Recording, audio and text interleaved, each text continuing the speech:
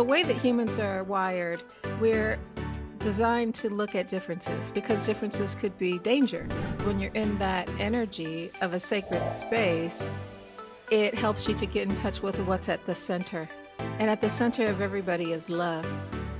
And that the power of love just heals everything. What is trauma exactly, and what is trauma recovery exactly? When we say it, okay, we say, okay, somebody has trauma, someone is recovering, but there's so many things. Okay, this is trauma or this is trauma. What is trauma?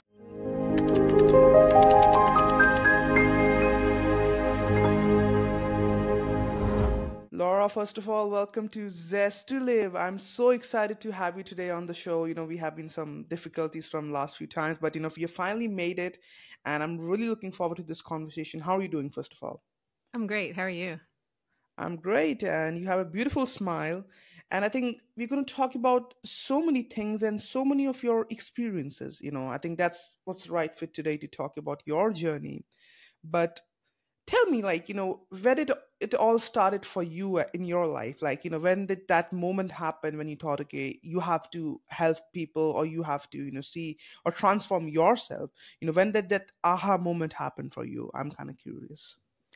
Well, I think it happened long after it started. I think that's true for everybody. We're always on a journey. We don't know that we're necessarily on it. But when it happened for me, I was working a lot. It was a very busy hurricane season. And I had a residential tree service.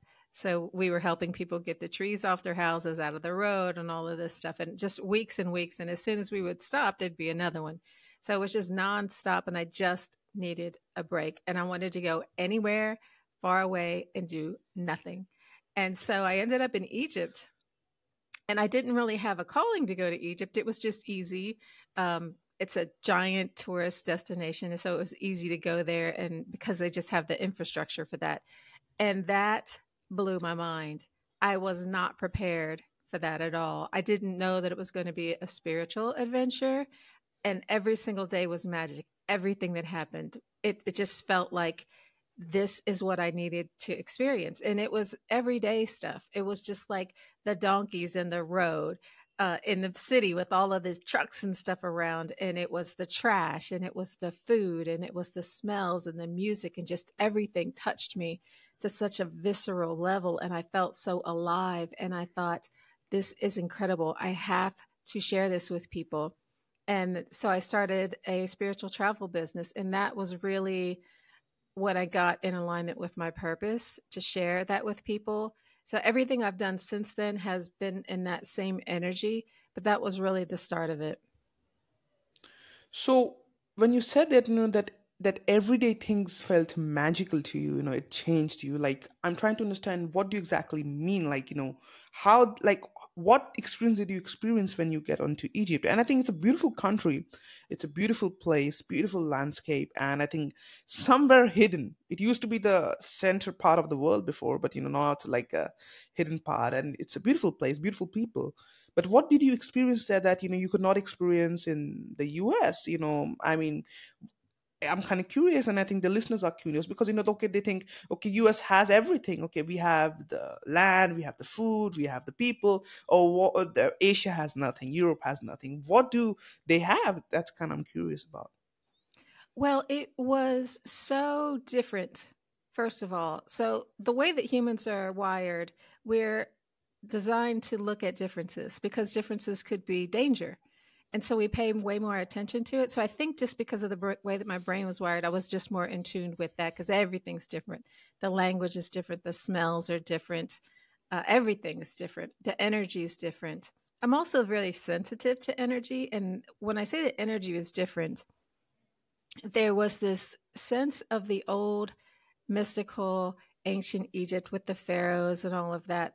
And that was very soft feminine energy. And then on top of that, there was this harsh masculine, follow the rules. It's in Muslim countries, so there's a lot of things that you Right. can't do there, and you have to mind your p's and q's.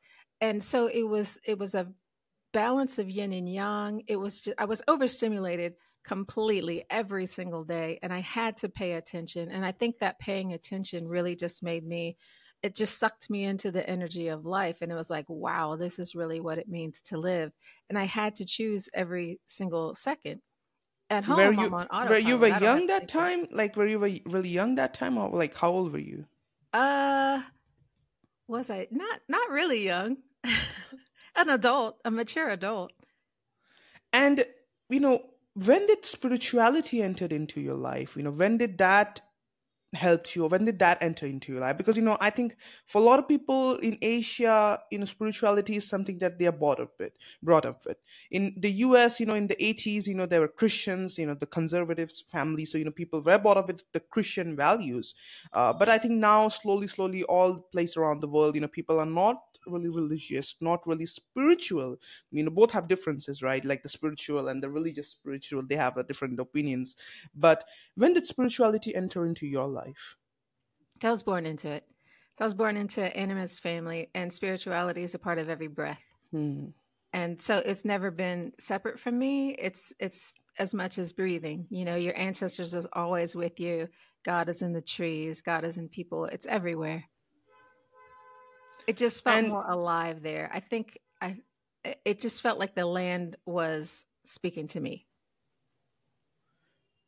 and did it, like, you had suffered trauma. That's what you could tell, like, if you like, have you seen people healing from trauma from spirituality? Can you say that again in a different way? I'm saying, like, how did spirituality help in, like, healing from trauma based on your experience with working with so many people? How did spirituality help playing that role, like to help people from healing from trauma? Okay. So from that first experience, I started conducting spiritual tours, and a lot of people came to them with issues, and maybe they came with the intention of healing, and maybe they didn't, but it did happen. And I think it's because when you're in that energy of a sacred space, it helps you to get in touch with what's at the center. And at the center of everybody is love. And that the power of love just heals everything. So I don't think it's something magical has to happen. I don't think you have to have a ritual. In the beginning, we didn't do any of that at all. It was just be here, be yourself, take it in. And that was really enough. Why do you think, in today's world, there are so many people living, we have a overpopulation problem, people say 7 billion plus people, 8 billion plus people, that's how the population is increasing. A lot of people are depressed. A lot of people are not finding, okay, what is my purpose? What should I do? And feeling disconnected from everywhere. Nobody's helping, okay? Why do you think that is happening? And I don't think, it's not like 50 years from before it used to not happen. It used to happen then also, but it was not at this much level that it is happening today. And if you go to someone and ask him or her also, they also cannot reply to you because they are suffering the same. So they don't know who is the right person to talk to you about their problems. Well, there was a significant bit of research done a while ago. It's called the Rosetto effect. And these people looked at this Italian immigrant community who came to the United States. They were very isolated. They worked in the mines, so they had a dirty lifestyle with all the pollution. They ate low quality food. They should have had crazy health problems, and they didn't. And they wanted to know why. And the conclusion that the researchers came up with is that it's because they had a close knit community. So this love and this sense of belonging is a protective factor. And I believe that's totally true. And I think that's why we don't have that now. It's because we're so isolated. So with the Rosetto community, what happened was these people wanted their kids to have a better life. So they sent them off to school. And then they ended up not having those communities with the children. And they had the same amount of disease as everyone else. So I think it's lifestyle. I think when you're connected and you're loved and you feel like you belong, then you don't have depression and anxiety and all of these things. you are you closely work with a lot of people who have trauma, who have suffered trauma, right? So, you know trauma has so many meanings, right? But if I'm asking you, I think there's nobody better right now to answer this in that sense. What is trauma exactly, and what is trauma recovery exactly? When we say it, okay, we say, okay, somebody has trauma, someone is recovering, but what is trauma, which we can classify as trauma? There's so many things. Okay, this is trauma, or this is trauma. What is trauma? So when I'm talking about trauma, what I'm looking at is how is your brain responding to events? If you're stuck in fight or flight, you have trauma. So a lot of people come to me and they don't meet the medical criteria for the term, but their brain is stuck in fight or flight. So I'm going to treat you like your brain's stuck in fight or flight, because when it's there, you can't function normally. You can't respond to stimulus in a healthy way. It's like being in a minefield and you never know when you're going to step on a mine. Those are the triggers. So we need to get those triggers out of the way so that you can function normally and in a healthy way. So that's the thing that I'm focused on is getting the minds out of the minefield. And then if trauma happened at a young age and you didn't get to develop in a normal way, teaching you those skills so that you can navigate the world with balance and good boundaries and good relationships and things like that. And when do you think, you should like seek help? When you said like, okay, we're in the flight fighter mode, and can, then that's where, okay, you are in trauma. But when do you like, okay, it's hard to for a person to identify themselves, okay, they're depressed or not depressed, because okay, they're going to say, no, no, no, I'm not depressed, I'm okay, I'm going to function. They have that willpower, right? They want to not admit. But when do you know that somebody needs like a person should seek help? When should he or she should seek help? When you think that is that's that moment? Well, there's two types of people.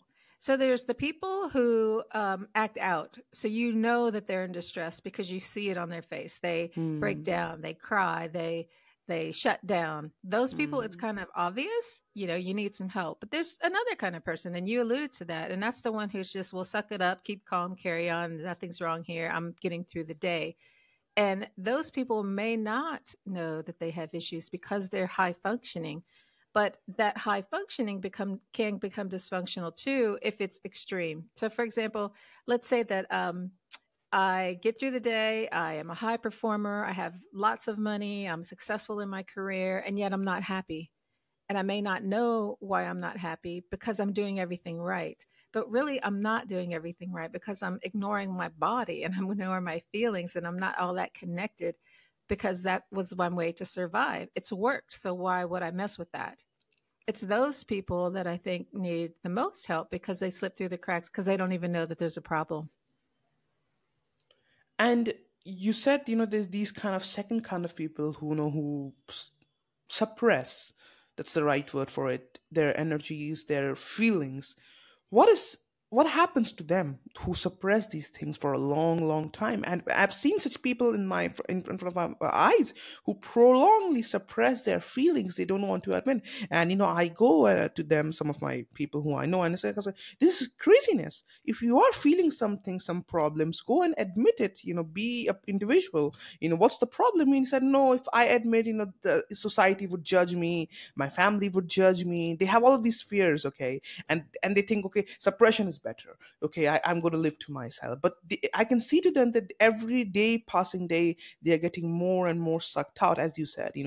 They are becoming more weak. But can you tell me about that? Yeah, so you're exactly right.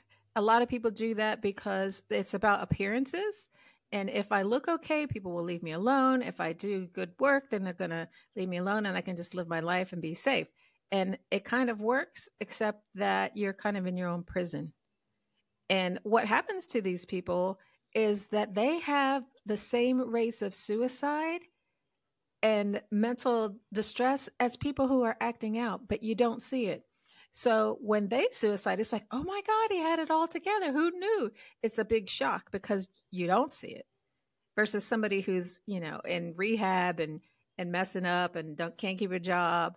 So I think we do need to talk about these people who are high functioning and you don't know that they're upset. I think it is wise and healthy to be vulnerable and just speak your truth because everybody has emotions and everybody's not up every day.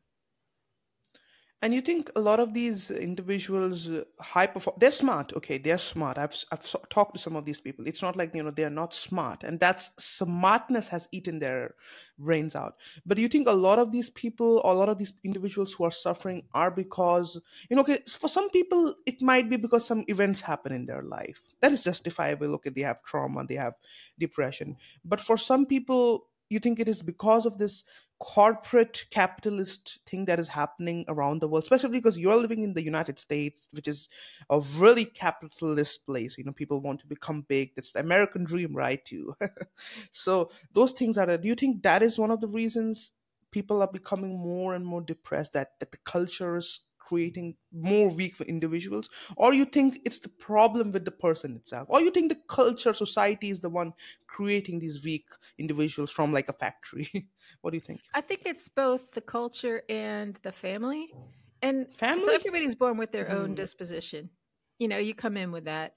That's part of it. So part of it's biology, part of it is how are you raised. So if you're raised in a family where you have to be perfect, so you've got to be the doctor, you've got to be the lawyer, you can't make any mistakes, then that's going to suppress your emotions. That's going to put a lot of pressure on you to be perfect, to excel. And it's not just the United States. If you think about Asian cultures, there's a high shame component. And so you can't have a blemish. You have to be beautiful. You have to be perfect. There's a lot of consumerism there too, in fashion, in makeup, in plastic surgery, because you have to be perfect. So Americans aren't the only ones that are doing this, but I think it has to do with shame culture. It has to do with hierarchy. So if I have status because of my titles, of my beauty, of my whatever it is, then I'm going to have to achieve that or else. It's like, or else die, even because the rates of suicide in Japan are sky high. And we don't talk about that because Japan is perfect. But I think this Right. perfectionism and the hierarchy and the shame all contribute to that. And you mentioned about Japan and its suicide rate, which is crazy. People don't know about this, a lot of people in the West. But in America, for example, this is something that some of the recent reports I have read, again, that there are people who are looking very happy outside, that, okay, they are very happy. But strangely, their friends think, okay, he's happy, she's happy. Then after a while, they hear that, he or she has committed suicide. And this is really common in the United States right now, suicide, which is increasing. Why do you think this is happening? Like, I mean, what is the mindset of the person who's committing suicide? I mean, it's a very strange question. Okay, I'm getting that it's not the right question, maybe, but this is the real question, that why people commit suicide. What is the reason?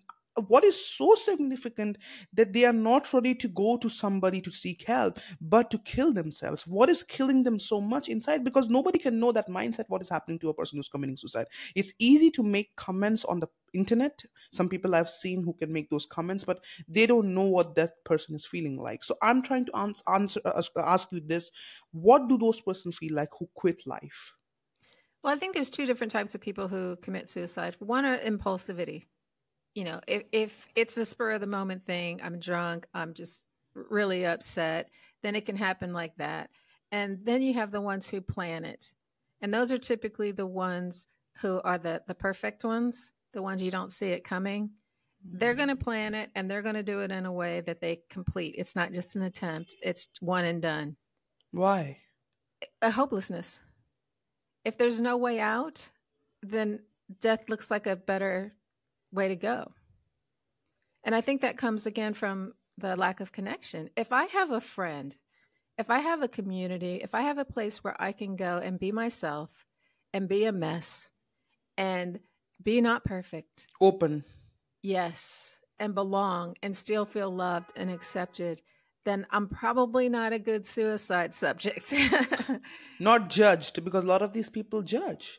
Not even Yes, judged. Open, honest, truthful, where I can say and lay out my problems. These people are rare to find. Like yeah, that kind of a friend circle. Most people appear to be friend, but when you go deeper, you realize, no, this is a different kind of relationship they are trying to build. But you yes, have to have certain kind of intellect to understand these people are not real friends. yes, Real friends are hard, but it's not like you cannot make one, because some people I've seen, they have this negative mindset that, oh, good people don't exist. Okay, it's not true.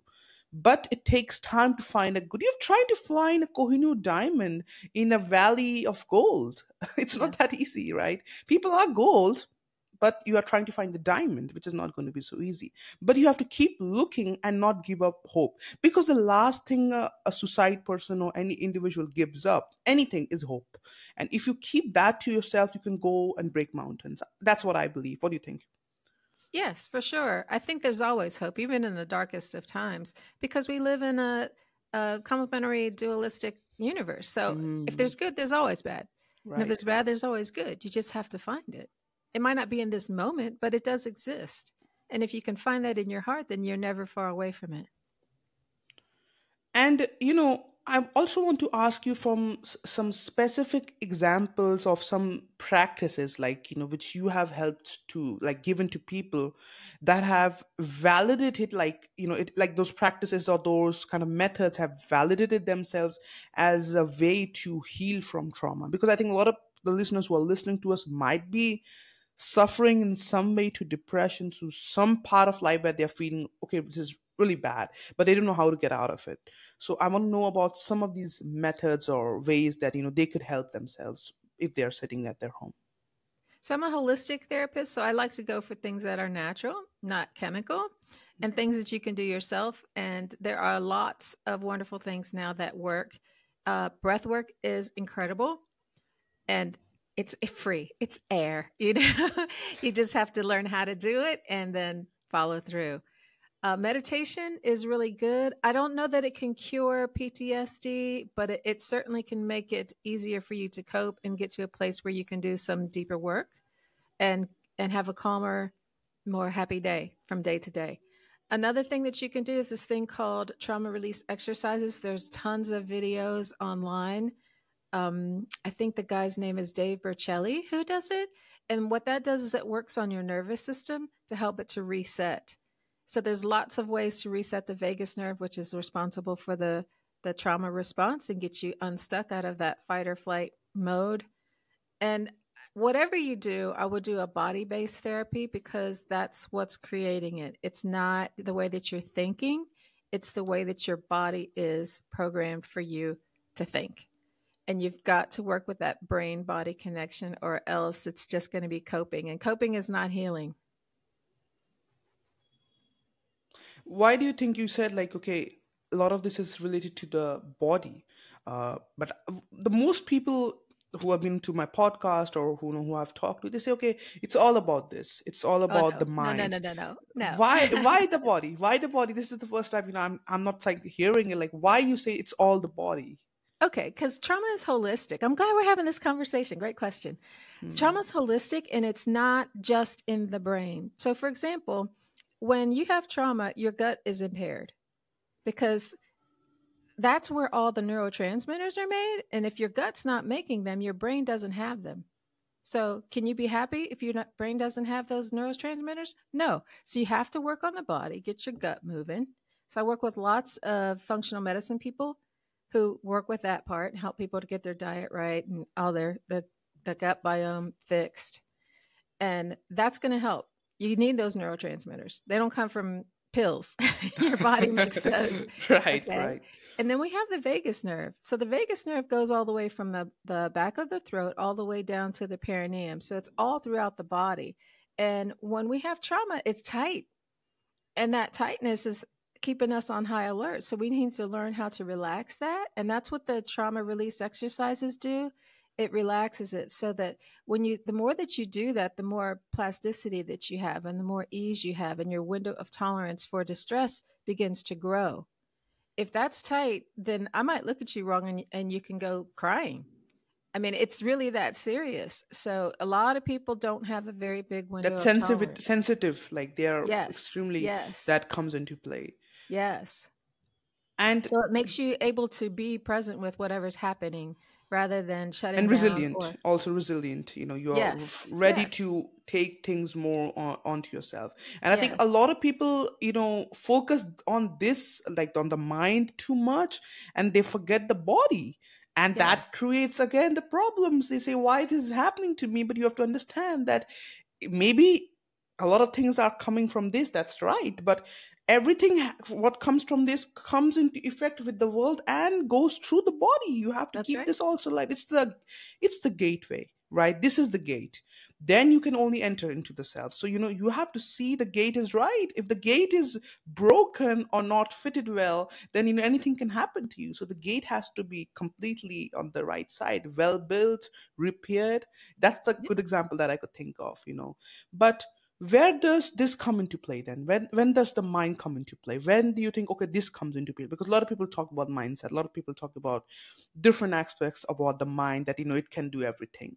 But you say the body, which I understood, but why, when the mind comes into play, in what Well, I think parts? they work together. It's the yin and the yang. So if I'm having let's say that I am asleep in my bed at night and there's a loud noise wakes me up. Okay. So the first thing I'm going to do is my body goes, I'm in shock. What is that? And then I have a thought. So that's the brain. And my thought is going to dictate what happens next. So if I'm thinking somebody's breaking into my house, now my emotion is fear. But if I'm thinking, oh, my son is home, thank God, he's safe, I'm going to roll over and go back to sleep. If I'm thinking, oh, that cat's running around again, then I might be angry, but our thoughts dictate our emotions. But if it's trauma, it's automatic. It doesn't have, we don't have Right. any notice about that. We don't have any choice about that. So the more fearful thoughts we have, the more likely it is that we're going to see fearful things and respond in that way. So they both work together. We need to have both. It's not like the mind doesn't matter. Right. That's not what you're saying, so people get the wrong idea. Yeah. So yes, it matters for sure. You want to be generous. You It's want to be like a thoughtful. balance. Like, you have to keep both at fit. You cannot say, okay, one is right, then the other will take care of itself. Right. You have to keep both. You have to keep both sides at good place, and then you can see the magic happening. And definitely, I use the word magic because there's no other word that is so fit for it. Because you have never thought, when you do the balancing, you could see changes happening within you. Because once it is done inside, outside will automatically happen. Because it's all about the perspective. It's all about what you see, right? Everybody has that, and that's what I think it is. We'd like to add something to it. Yeah. So again, it's like the minefield. If I'm stepping on mines, then I'm going to go automatically to trauma and fight or flight and fear, and then I'm not going to have time to think because that's about survival. But if my body is calmed down, I'm not going to do that. It's going to be more curious, like, oh, what was that? And then my brain can work and help me to stay in a zone of being ready versus being reactive. And I think what you said about this, I would like to add one small thing to it. A lot of these things, and I agree to it because that's why just before you were saying about it, a lot of these things that we do on daily basis, a lot of these things are from the body. I'm talking about, not from the mind. The body. It's all automated. It's Yes. like we are working like a machine, and a lot of people don't realize this. It's like, okay, I tell you, if you ever become a little conscious, okay, just go outside the road, if you have a roadside, and stay on the, like, the walk path or something, and see people crossing the road. Just look at them. You think, just look at them, you will realize, these people are asleep, because they are not focused at all. And what happens, I was giving this example in my podcast, and I love this example. Somebody's walking the road, he's looking conscious, but he's not conscious at all. A car comes and, like, beep beep, like a loud horn, and he comes, like, okay, what happened? Like, he was completely in somewhere, because he was thinking somewhere, he was somewhere else, and he came back just for a moment. That consciousness struck him because of that horn. So these things happen. People are so asleep, and all of these things we do is automation. How we eat, how we go to the Yeah. toilet, it's all automated. We are not conscious in those actions. And there was the prison. There's a prison in Mississippi. There's a prison in Mississippi, and there was a therapist in America, and they got there. There was a lot of people who committed murders, and they were kept there. And she was actually there to research about them, and it's interesting research. She wanted to know that, what was the mindset of these people, how they committed murder. And I give this example a few times on my different show. She researched a lot, she asked a lot of questions, and she created a data about it, that how these people committed murder. These were innocent people who never did something wrong. They were really nice people, but somehow one day they committed murders. They committed bad things. How? From where? A lot of these people that report came with a really shocking report. It is said that, when these people committed murders, the moment they committed it, they actually didn't knew they were committing it. Yeah. In the sense, they were absolutely hypnotized. Yeah. They were trying, they were really angry, and they was like, okay, I'm gonna, and just did it in the moment. And the moment it happened, they were like, oh no, what happened? Because they were absolutely hypnotized like a machine. It's like automated, something happened, and now they just got reacted from the instinct and did it. And then they see, oh, what happened? Because if they were conscious, they would never do it, because they know this is wrong. So, and this is what happened. She got that report and said almost all the people in the prison, these people who have committed murders, most of them who are the first time murderers, they all were absolutely asleep while doing this, which is crazy, which is crazy. I think what a lot of people don't understand is that we do have different areas of the brain that focus to keep us alive. Right. So the first part of PTSD is the fight thing. So a lot of people look like that. That's military PTSD where you see it. They're angry, you can't sleep, you're raging. That's that visible thing. When you go into, well, flee, that's visible too. I just can't do this. I got to get out of here. And then when you go into freeze, it might not register that this is a PTSD response because the person is just kind of flat. They can look calm, like, oh, you're yelling in your face, you're not responding. You're so cool. They're not cool. They're in freeze. And then you have fawn, which is where, let's say that it's a parent situation where one of the parents is raging at the kids, and one of them is like, oh honey, don't do that, it'll be okay. That's the fawn response. And then once it gets beyond that, so if it's so extreme, then we're going to do whatever we're going to do and not be aware of it at all. And this is why when sometimes there's police chases and you hear these stories, outrageous stories like, oh my god, the police threw 17 bullets in this person who was mentally challenged or has autism. How could that ever happen? It's because you're in that place where you don't know what you're doing. Your nervous system is on fire and you're not in control anymore. They just see this is And this is danger and I crazy. have This to is get out of crazy, by the danger. way. This is crazy. This is crazy. What you are saying, and it's happening. It's happening in front of our eyes. And Yeah, if it's you go and biology. tell somebody, okay, you are asleep, he's going to look at you. What? I'm asleep. You crazy? They are not going to accept it because they are in that delusion that they are okay, they are fine, and they are Yeah. trying to lie to themselves. Yeah, that's just biology. We don't have any control over that. Once you're in that zone, anything can happen. And it's crazy, because whenever I think about it, and there are so many people who are suffering from that, and it's kind of suffering. Now my next question is kind of tough in the sense, in the sense, and it's a simple question, but again, it's not going to be so easy because I'm asking it. But is happiness a choice according to you, or is I it? think so. I think so. I think anybody can be happy anywhere. And again, this goes back to my sacred travel days. Most of the places that I've been and I've taken people to are third world countries. So they're very Mhm. poor. They don't have the advantages that we have. They don't have central air. They might not have education. They might not eat every day. And yet they are happy people. And I have been invited to so many people's homes, so many festivals, so many things where people are very generous and their heart is open. It's very warm. And my guests want that feeling. They're going there for that feeling. And it doesn't have anything to do with money, it doesn't have anything to do with success. It has to do with hope and love. And you can find that anywhere. Anywhere. I think in a lot of poor places, people know what it is to be poor. And so they can be generous because it's everybody. If we're all in the same boat together, we're all in the same boat together. I don't have to be better than you. I don't have to achieve more than you. It's just about survival and getting through the day in a happy way. And I think that makes people more open hearted and generous.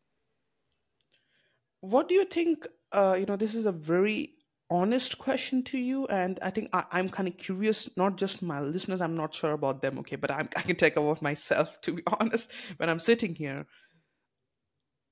what are some of the misconceptions that are there outside about trauma therapy? And I like you to tell me about it and also clear a lot about it. Well, it's kind of a catchword these days. Everybody's talking about trauma and shadow work. And I think Anytime somebody gets mad, they can say that that's a trigger and that I'm Hmm. traumatized. But there's a difference between everyday stress and trauma. Everybody has stress, everybody has issues. They're not all traumatizing. Trauma is about your nervous system. If your nervous system is on fire and it keeps you from functioning, that's trauma. And sometimes people grow up in that, and because it's like that all their lives, they don't realize it's trauma. It's just normal. This is how we live every single day. Those people might need to get into treatment and not know it because it is their everyday life. So, another thing that I think people need to know about is that you have to heal from the body. It's not just a mind thing, it's a holistic thing. It's mind, body, and spirit. And you can enter it from any one of those doorways. It doesn't really matter, but you do need to address the whole thing. And I think that I there's a big trend now that you can just journal, the shadow work journals think, and this is going to heal me. It's not, because that's coming from your mind. And the stuff that you need to heal is often unconscious. I work with people every single day and they say, "Oh my God, I didn't know that was even in there." That's the stuff I'm talking about. That's the stuff that needs to come out. If you know about it, it's probably not the problem. And when you use the word, the mind and the body, people, oh, there are so many methods about the mind. Let's not talk about it, okay? But today, but the when you say heal from the body, I understood, a lot of these things you mention, and you give good examples.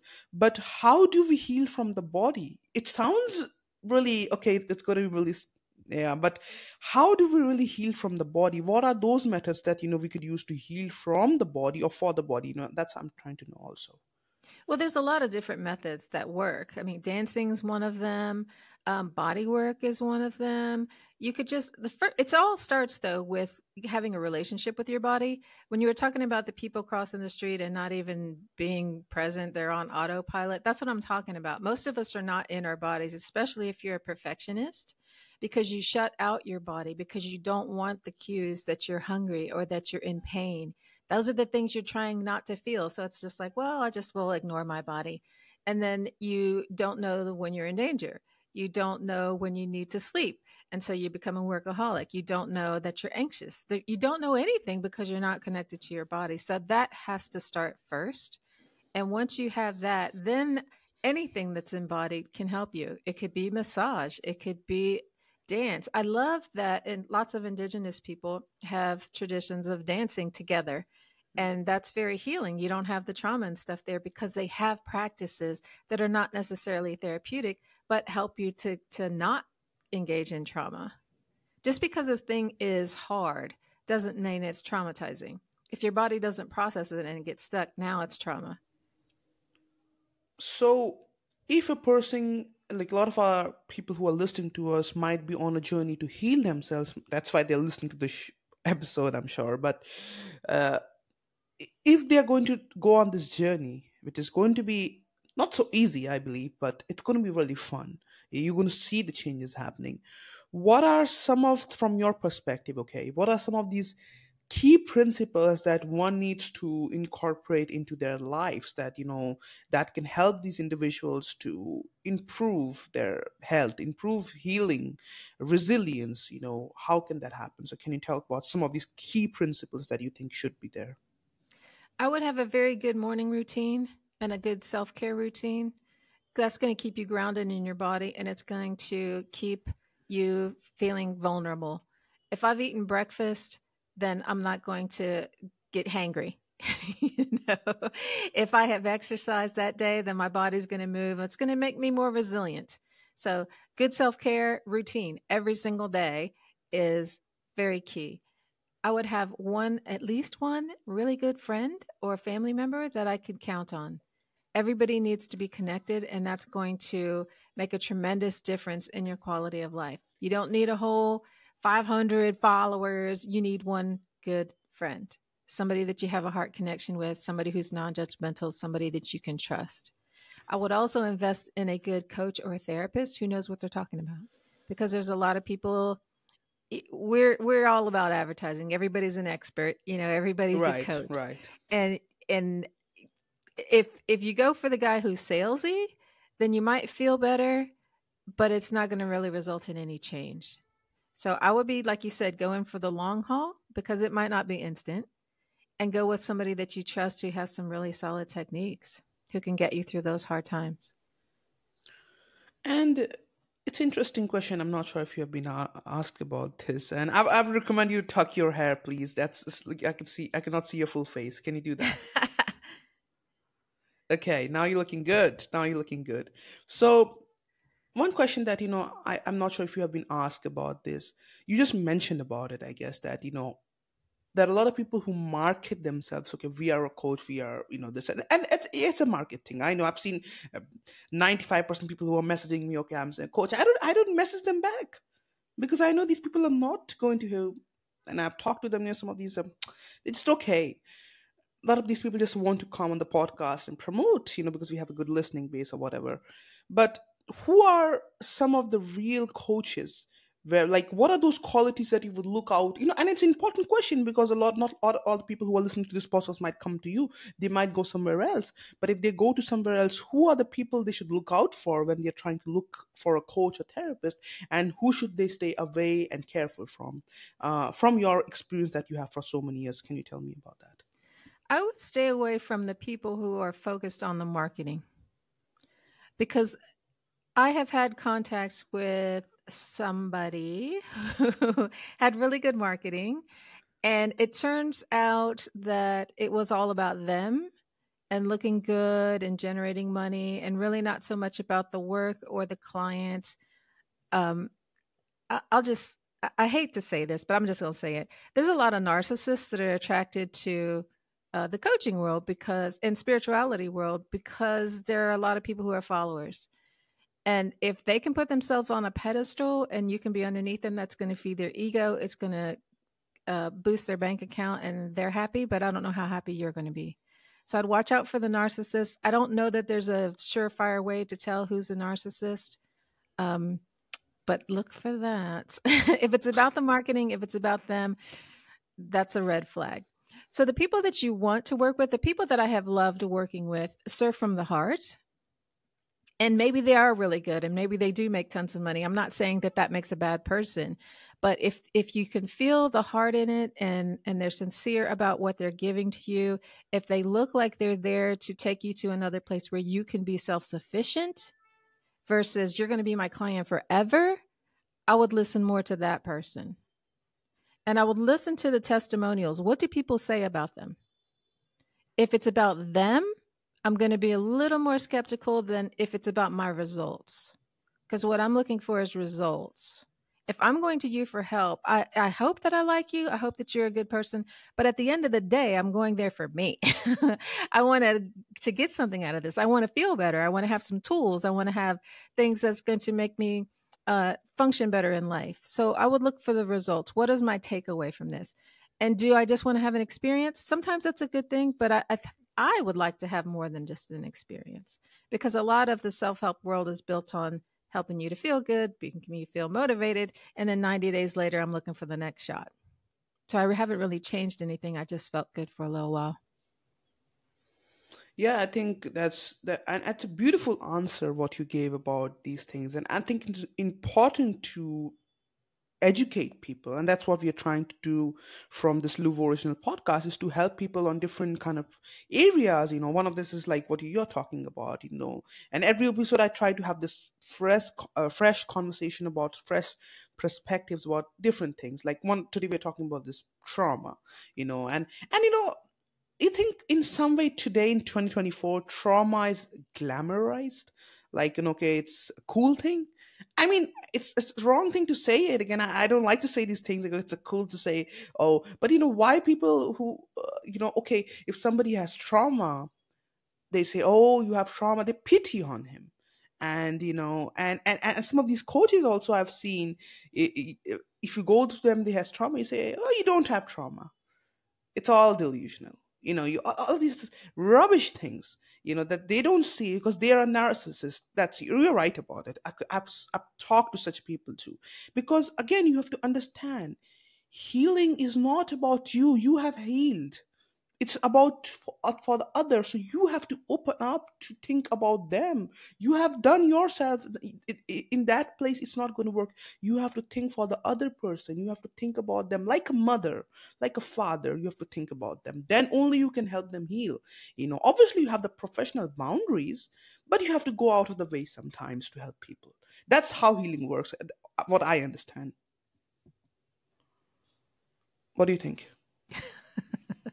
I think there's a lot of healing relationships. Hmm. I think friendships are healing. Hmm. I think it could be a doctor patient relationship. I think kindness heals. I think seeing people for their authenticity heals. It doesn't necessarily have to be techniques. I think healing can happen in a second, in a flash of insight. I mean, you could be standing by yourself by a waterfall and just something happens and something switches. So I don't think it has to be Realizations. prescriptive, but I think you have to Realization. be open. Yeah. And I think your heart has to be touched, and it needs to be a safe place, because it typically doesn't happen when I'm in a space of fear or I'm guarded. So I think that relationship, whether it's with another person or in nature, has to be there. And, as we are wrapping up this conversation, one other question that I have is, what does your morning look like? Oh, what does my morning look like? Speaking about morning routines, I have the same routine. So I wake up at the same time. I live on a farm, so I feed my animals first thing. Well, first I have a bunch of water, and then I go feed my animals. And then I take care of myself. So I have breakfast, get showered, and then I check my emails and see what everybody else has for me. So I take care of myself before I touch base with everybody else. And I think that's real important too. It's self Right. care, not other care, and they can wait. They can wait until I've got my morning started. And, you know, one question that I forgot to ask you again, I think we didn't cover it this during the whole question. Just I got that because you said breakfast. So, food is such a significant thing for the body, right? And for the mind too. It's a really significant thing. A lot of people, I think, who are really young today, don't think about food too much. Okay, they are like in a rush, or I'll eat later, and they can fast a lot because they are young, right? So they can have more intensity of that. So a lot of people don't eat good food. And the quality of food is degrading day by day. If you go and like Yes. in the States, it's all the frozen canned dog food. Okay, and whenever I say, that the canned food is not good, they say, "Oh, it's FDA approved. It's approved." This is not. Just read the labels. You would understand. What are the good approved things. Just because it's safe to consume doesn't mean it's good for you. That's you have to understand. If it's approved, it is approved. It does not mean it is healthy. That's what you have to understand. Even the meat is frozen. Even the meat, if you go to any Asia country, I don't know if you have been to any Asian countries, Hmm. all the Asian countries have fresh meat. They will Hmm. not, if you give them the frozen meat, they say, "What is this? We want fresh, live cutted meat right now. We'll eat it. We don't want anything frozen." In America, frozen is the culture. Yeah, I think food is very important too. And I'm a Chinese medicine girl. So I think that we all need to eat according to our constitution, Mm, because everybody's body doesn't need the same thing. And we have our gut biome is made by our DNA. So if you're from a certain place, then your gut is evolved to eat those foods. And here in America, we can eat anything. Everything's in season all year round. And that's not necessarily the best thing to do, because we're seasonal creatures and we have different needs throughout the year. right, And so I think we need to think right. about that, think about what is our constitution, what's grown locally, and what's in season, but everybody can do whatever they want to do. I follow the Chinese clock, so I'm eating by 7 o'clock because that's when the stomach energy is most active, and I want that stomach to be fed to give me energy throughout the day. So sometimes I'm not necessarily hungry at that time, but I give my body what it needs, because that's my mentality. That's what I believe. And you talked about this thing during the whole podcast few times, yin and yang. Hmm. You talked about this. A lot of maybe the listeners don't know about this, and I want to also know a little bit about it. Can you tell me about what the hell is yin and yang? Can you tell me about So that? yin and yang are the masculine and feminine energies that create wholeness. Mm, Everything is in everything. So Women have masculine energy, men have feminine energy. The energies of foods are different, and everything combines to create wholeness. So it's really an attitude of how can I be whole? How can I be balanced? When I'm eating too much sweets, for example, then I'm going to be out of balance because that's not balance for a human being. If I'm eating too much meat, too much whatever, and it's the balance in everything. If my relationships are not healthy, it's because I'm out of balance. If I'm dominating people, my relationships aren't in balance. If I'm too passive, that's not in balance either. So I like the idea of walking the middle path because if you look at the a wheel, the hub is the place that's balanced. Always. The wheel's always turning. And so if you're on the rim, you're going to have a hard and rocky time. You're going to have extremes of highs and lows. And I think people search after those highs. They want to feel good. But after every high comes a low.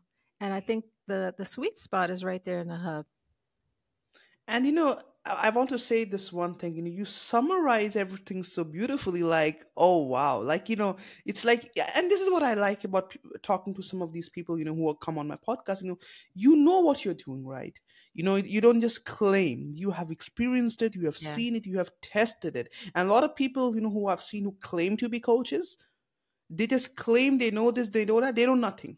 The moment I start speaking to them, they cannot give me any answers about their own things, what they were talking about. This shows that they are not enough knowledgeable about the subjects they are speaking about. And that's not the case with you. And this is what you should also look out for. If somebody's claiming and telling you something, this is what it is, this is what, has he have done it himself, or he's just read it from some book or something, and then out in the world, oh yeah, just take it, because I've read it somewhere. That's not how it works, right? But I like how you say it.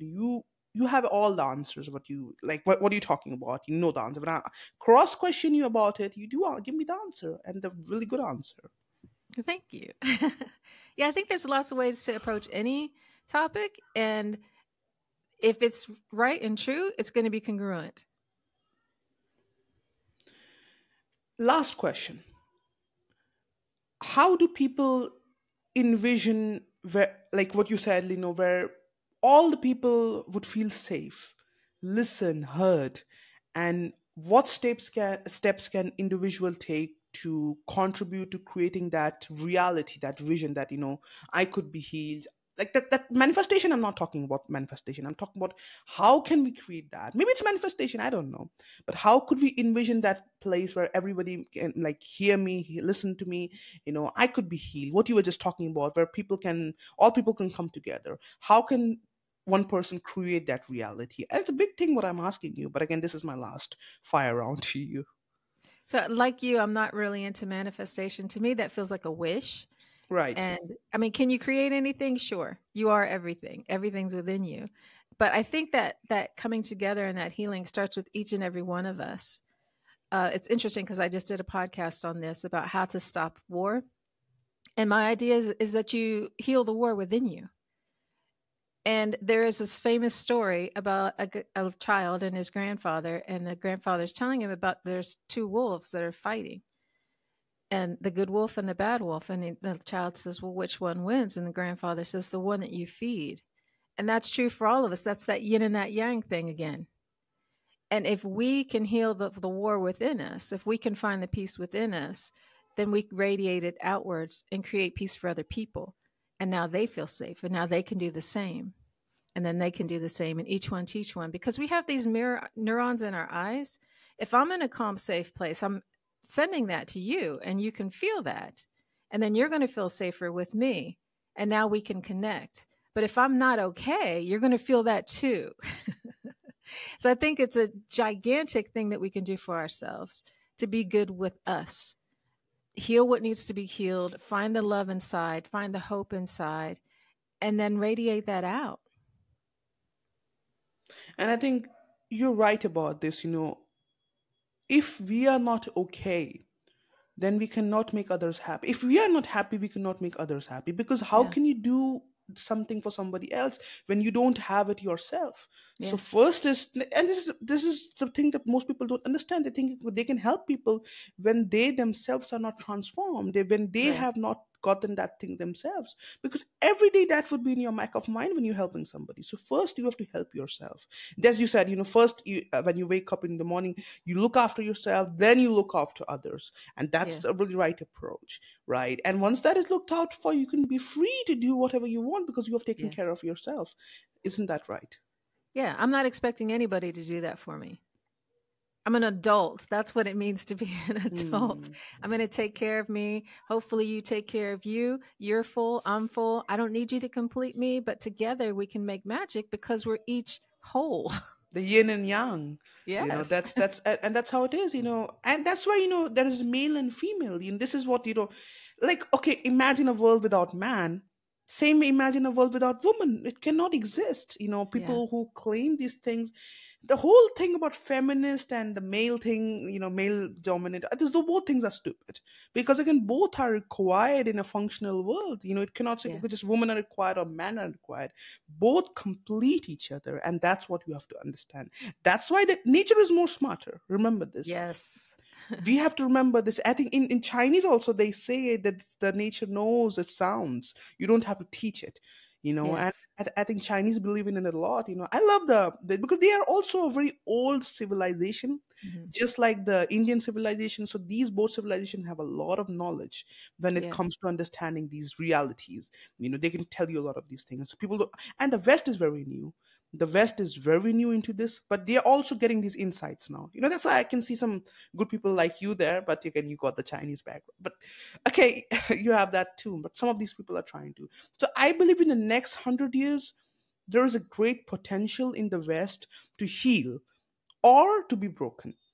So one of these things would happen. But what do you think? I'm not making a prediction, okay? But what do you think is going to happen in the next 100 years in the West? What do you see happening? I work in trauma, so I see the worst of everything every day. So I'm a bit pessimistic and I'm also hopeful.